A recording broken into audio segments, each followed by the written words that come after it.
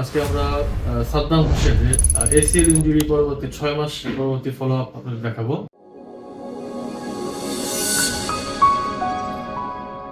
আসসালামু আলাইকুম, আমি ডক্টর মোহাম্মদ আরিফ হোসেন, সহযোগী অধ্যাপক sports medicine and athletics surgery, জাতীয় অর্থোপেডিক হাসপাতাল ও পুনর্বাসন প্রতিষ্ঠান। আমাদের আজকের রোগী সাদ্দাম হোসেন, 30 বছর বয়স্ক। সাদ্দাম হোসেন মোটরসাইকেল অ্যাক্সিডেন্টে তার হাঁটুতে আঘাত পায় এবং গত বছর জুন মাসে উনি আঘাত পায় এবং জুলাই মাসে আমরা তার হাঁটুর এসিএল অপারেশন করি এবং আজকে আমরা 6 মাস পর সাদ্দাম হোসেনের এসিএল পরবর্তী ফলো আপ আপনাদেরকে আমি দেখাবো।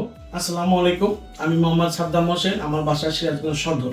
আমি এই 2025-এ জুন মাসে একটা মোটরসাইকেল অ্যাক্সিডেন্ট করে আমার ডান হাঁটুতে এসিএল ইনজুরি হয়। সো এই ইনজুরি হওয়ার পরে আমি কিছুদিন আমার সিরাজগঞ্জ শহরে ডাক্তার দেখাই ওষুধ খাই, কিন্তু আমার কোনো প্রকার কাজ হয় না।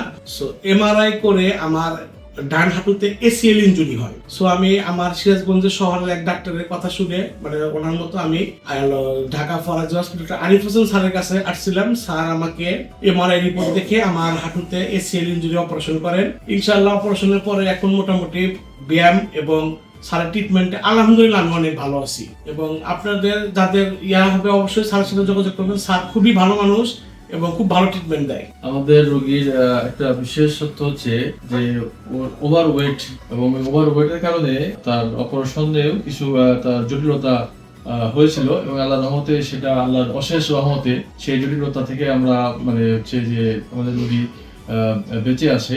তার ওভার ওয়েটের কারণে তার অনেকগুলো প্রবলেম হয়, সেজন্য এসিএল রোগীদের ক্ষেত্রে বা অপারেশনের ক্ষেত্রে এটা অবশ্যই খেয়াল রাখতে হবে যে অপারেশনের সময়ও কিন্তু অতিরিক্ত ওজনের কারণে, ওভার ওয়েটের কারণে কিছু কমপ্লিকেশন হয় এবং অপারেশনের পরবর্তীতেও কমপ্লিকেশন হয়। কিন্তু আল্লাহর রহমতে আমাদের রোগী অপারেশনের পরবর্তী যে ফলো আপ গুলো এবং সে নিয়মিত ব্যায়াম করেছে, যে কারণে আলহামদুলিল্লাহ সে অনেক ভালো আছে।